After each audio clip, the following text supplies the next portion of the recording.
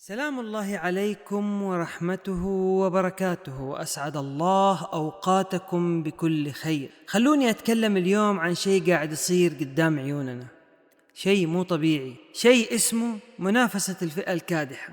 والمصيبة إن المنافس مو تاجر كبير ولا شركة ولا مستثمر أجنبي، المنافس هو الغني نفسه.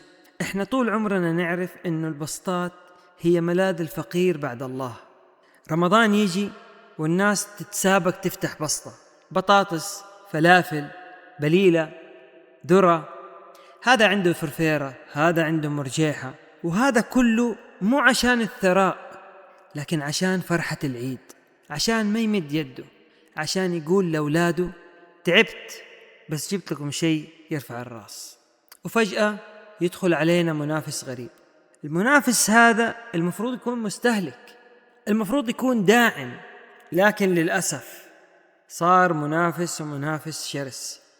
المشكلة لو تقول محتاج فلوس، أقول لك الملابس اللي لابسها بقيمة البسطة اللي جنبه، الاكسسوارات تغطي السوق كامل، وسيارته سوق البليلة والبطاطس، يدخلون الكفة ويفشلون. طيب ليه هذا التنافس؟ هنا نرجع لمشهد غريب، مشهد في اليابان.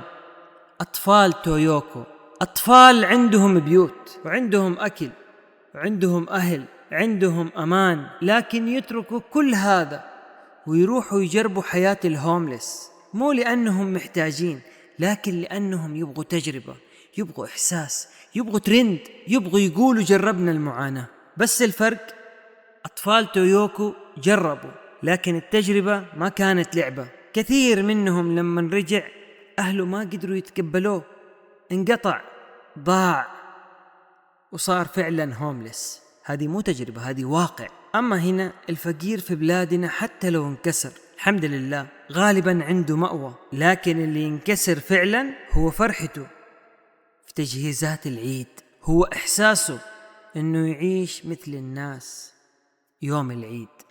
أنت لما تفتح بسطة وانت مرتاح، انت مو بس تبيع بطاطس، انت تزاحم واحد البسطة عنده وسيلة مو هواية، تزاحم واحد ما عنده بديل، ما عنده شبكة أمان ولا فرصة تانية. والمشكلة أكبر، رمضان مرة واحدة في السنة وهو يستناه من سنة إلى سنة. والمشكلة الأكبر إنه أصحابك المرتاحين يتجمعوا عندك، يدعمونك، يصنعون لك الزحمة، يطلعونك ترند، تصوير، سناب، انستغرام، تيك توك، والغلبان واقف يناظر وينتظر زبون يمكن ما يجي. وهنا ينكسر ويضيع تعبه، يضيع أمله، ويضيع عليه رمضان. والله الحالة هذه نفسها حالة أطفال تويوكو، لكن الفرق هذول لعبوا على حياتهم، هذول لعبوا على حياة غيرهم. اللي زاد الطين بلة ترند البطاطس بالستيك اللي طلع لنا العام الماضي. والنبي صلى الله عليه وسلم يقول: من سن في الإسلام سنة سيئة كان عليه وزرها ووزر من عمل بها من بعده لا ينقص ذلك من أوزارهم شيء. وانت يا صاحب البطاطس سنيت سنة سيئة ما وقفت عندك، تطورت وكبرت وطلع منها شيء أخطر، داء البسطات.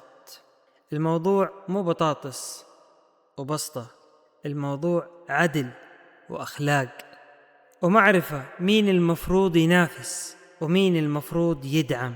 أرجوكم خلوا البسطات لأهلها، وخلوا رمضان نظيف، ولا تحولون الفقر إلى محتوى، ولا تحولون الفقر إلى محتوى.